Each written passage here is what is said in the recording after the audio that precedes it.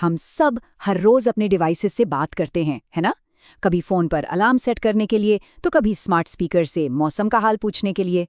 पर क्या कभी सोचा है कि ये मशीनें हमारी आवाज को, हमारे कमांड्स को आखिर समझती कैसे हैं? ये कोई जादू नहीं है, बल्कि इसके पीछे एक बहुत ही दिलचस्प साइंस है। तो चलिए आज इसी सफर को समझते हैं। अब ये सवाल सुनने में तो बड़ा सीधा लगता है ना? पर इसका जवाब और बहुत मजेदार है। ये सिर्फ टेक्नोलॉजी नहीं है, बल्कि साइंस की कई अलग अलग फील्ड्स का एक कमाल का कॉम्बिनेशन है। आइए एक आवाज के इस पूरे सफर को देखते हैं, मतलब हमारे बोलने से लेकर मशीन के समझने तक। तो इसको समझने का सबसे आसान तरीका पता है क्या है? इसकी तुलना हम इंसानों के सुनने के तरीके से करते हैं। जैसे हमारे पास कान हैं, नसें हैं और एक दिमाग है, ठीक वैसे ही मशीन के पास एक माइक्रोफोन, एक कन्वर्टर और एक सॉफ्टवेयर है। ये एक बढ़िया एग्जाम्पल है कि कैसे टेक्नोलॉजी अक्सर नेचर से ही इंस्पिरेशन लेती है। तो चलिए इस प्रोसेस के पहले स्टेप से शुरू करते हैं। तो हर बातचीत की शुरुआत कहाँ से होती है? सुनने से, राइट? मशीन के लिए भी ये सफर आवाज को पकड़ने से ही शुरू होता है। और यहाँ पर मशीन का कान यानी उसका माइक्रोफोन सबसे पहला और सबसे जरूरी रोल निभाता है। समझिए कि ये बाहरी दुनिया से जानकारी लेने का पहला दरवाजा है। अच्छा, ये ट्रांसड्यूसर एक टेक्निकल सा शब्द लगता है, पर इसका मतलब बहुत सिंपल है। इसका काम बस इतना है कि एनर्जी को एक फॉर्म से दूसरे में बदलता है। जब हम बोलते हैं तो हमारी आवाज हवा में एक वाइब्रेशन पैदा करती है। इन्हीं वाइब्रेशंस को माइक्रोफोन पकड़ता है और उन्हें एक इलेक्ट्रिकल सिग्नल में बदल देता है। मतलब जैसे हमारी कान का पर्दा हवा में हुई हलचल को महसूस करता है ना, ठीक वही काम ये माइक्रोफोन करता है। ये फिजिकल दुनिया और डिजिटल दुनिया के बीच की पहली कड़ी है। इसने आवाज को तो पकड़ लिया, लेकिन यहाँ एक प्रॉब्लम है। कंप्यूटर को ये सिग्नल समझ नहीं आता, क्योंकि कंप्यूटर की भाषा हमारी भाषा से बिल्कुल अलग है। और वो भाषा है बाइनरी, यानी सिर्फ वंस और जीरोस की दुनिया। तो अब अगला और सबसे जरूरी काम ये है कि हमारे बोलने से जो इलेक्ट्रिकल सिग्नल बना है उसे कंप्यूटर की भाषा में बदला जाए, ताकि वो उसे पढ़ सके। ये बात इस पूरी प्रोसेस की इंपॉर्टेंस को एकदम सही तरीके से समझाती है। ये सच में एक पुल की तरह है, जो हमारी दुनिया को मशीन की दुनिया से जोड़ता है। इस प्रोसेस को एनालॉग टू डिजिटल कन्वर्जन कहते हैं। चलिए देखते हैं कि ये होता कैसे है। तो होता क्या है ये समझिए। इसमें 4 मेन स्टेप्स हैं। सबसे पहले माइक्रोफोन एक लगातार बहने वाला सिग्नल बनाता है। फिर एक चिप इस सिग्नल को 1 सेकंड में हजारों बार नापती है।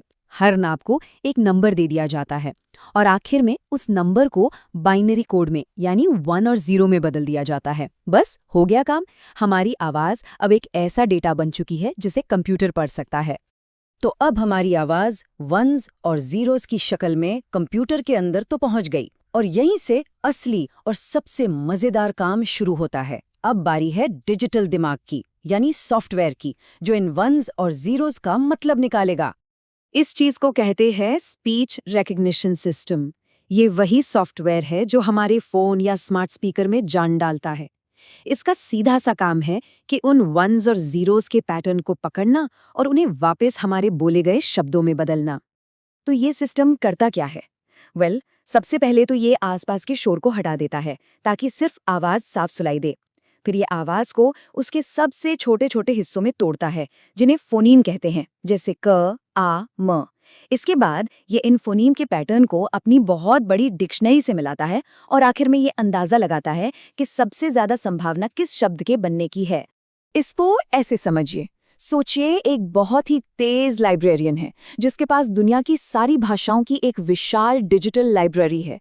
उसे एक आवाज का टुकड़ा दिया जाता है और वो पलक झपकते ही उस आवाज से मेल खाने वाला सबसे सही शब्द ढूंढ निकालता है।